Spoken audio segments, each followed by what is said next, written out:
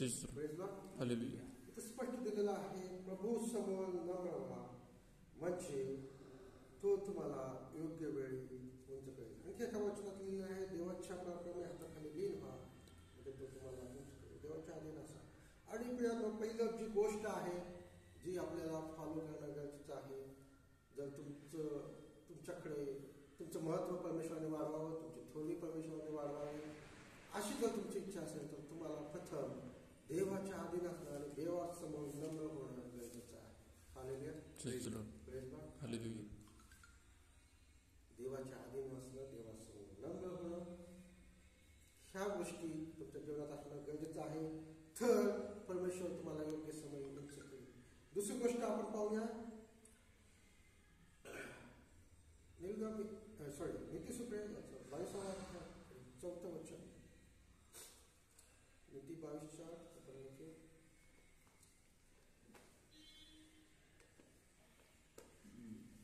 दुसऱ्या भागात आपण व परमेश्वराचे भय यांचे पारितोषिक धन, सन्मान व जीवन होय. Praise Lord. आणि नम्रता व परमेश्वराचे भय याचे पारितोषिकच ह्या वचनामध्ये दिलेलं आहे की धन, सन्मान व जीवन. Praise Lord. धन, सन्मान व जीवन हे जर मिळवायचं असेल तर तुम्हाला नम्रता व परमेश्वराचे भय धरणं गरजेचं आहे. आणि ही पहिली गोष्ट झाली. दुसऱ्या गोष्टीकडे आपण येऊया. त्यासाठी नीतिसूत्रे 25वा अध्याय आणि 4थं वचन आपण वाचूया. नीती 25च्या दुसऱ्या भागामध्ये आपण येत आहोत. रुपयातला गाळ काढून टाक म्हणजे धातू गाळणाऱ्यासाठी त्याचे चांगले पात्र बनते. Praise Lord. आता दुसऱ्या भागामध्ये आपण आलेलो आहोत की परमेश्वराने तुमचं महत्त्व वाढवावं अशी जर तुमची इच्छा असेल, परमेश्वराने तुमचं थोडी वाढवावी, तुम्हाला सन्मान द्यावा, तुमचं धन वाढवावं अशी जर इच्छा असेल तर तुम्हाला दुसरी गोष्ट करणं गरजेचं आहे की रुपयातला गाळ काढून टाक म्हणजे धातू गाळण्यासाठी त्याचे चांगले पात्र बने. हालेलुया. गाळ म्हणजे एक पापाचं प्रतीक आहे, एक अशुद्धतेचं प्रतीक आहे आणि ते तुमच्या जीवनातून काढून टाकणं गरजेचं आहे. हालेलुया. ते गाळ एखादी अशुद्धता असू शकते, एखादं पाप असू शकतं किंवा एखादं व्यसन असू शकतं, छोटंसं व्यसन असू शकतं, मिसरी लावणं, तंबाखू खाणं किंवा एक्सवायचे दारू पिणं, कुठलंही व्यसन असू शकतं, कुठलंही पाप असू शकतं. पण ते तुम्हाला काढून टाकणं गरजेचं आहे तुमच्या जीवनातून, तुमच्या आयुष्यातून. तरच परमेश्वर तुम्हाला एक चांगलं पात्र, एक उपयोगी पात्र असं बनवेल. तिमोथेच्या पत्रामध्ये एक वचन आहे, त्या वचनामध्ये दिलेलं आहे तो तुम्हाला एक मानाचे पात्र बनवेल.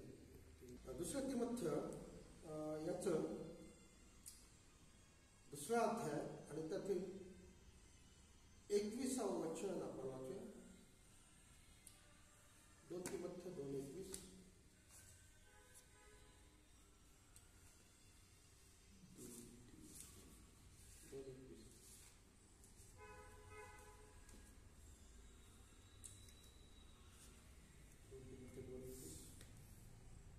म्हणून जर कोणी त्यापासून दूर राहून स्वतःला शुद्ध करेल तर तो पवित्र केलेले, स्वामीला उपयोगी पडणारे, प्रत्येक चांगल्या कामास तयार केलेले असे मानाचे पात्र होईल.